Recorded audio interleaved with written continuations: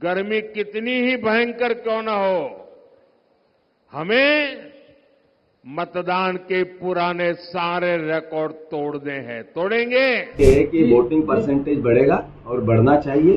कारण है कि देश ने यातनाएं भोगी है, उसके खिलाफ जनता ज्यादा से ज्यादा बाहर आए और वोट डाले। हो सकता है धूप के कारण थोड़ी वो संख्या में कमी है, लेकिन अच्छा वोटर टर्नआउट मैं कह सकता हूँ।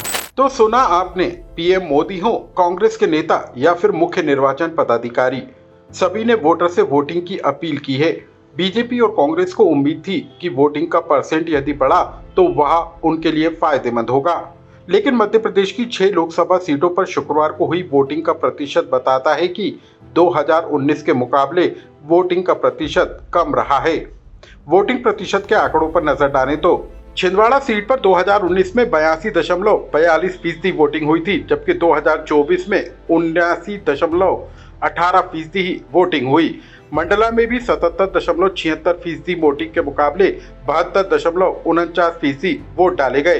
बालाघाट में 77.61% वोट के बजाय 73.18% ही वोट डले।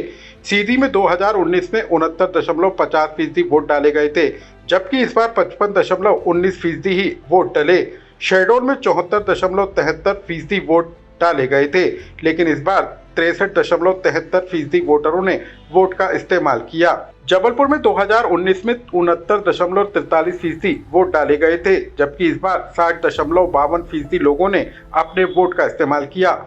मध्य प्रदेश के 6 सीटों पर हुई वोटिंग प्रतिशत को लेकर अब नफा और नुकसान का आकलन भी तेज हो गया है।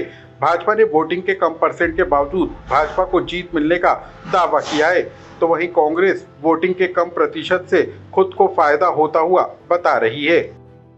लोकसभा के प्रथम चरण की मध्य प्रदेश की 6 लोकसभा सीटों पर भारतीय जनता पार्टी जोरदार जीत हासिल करने वाली है।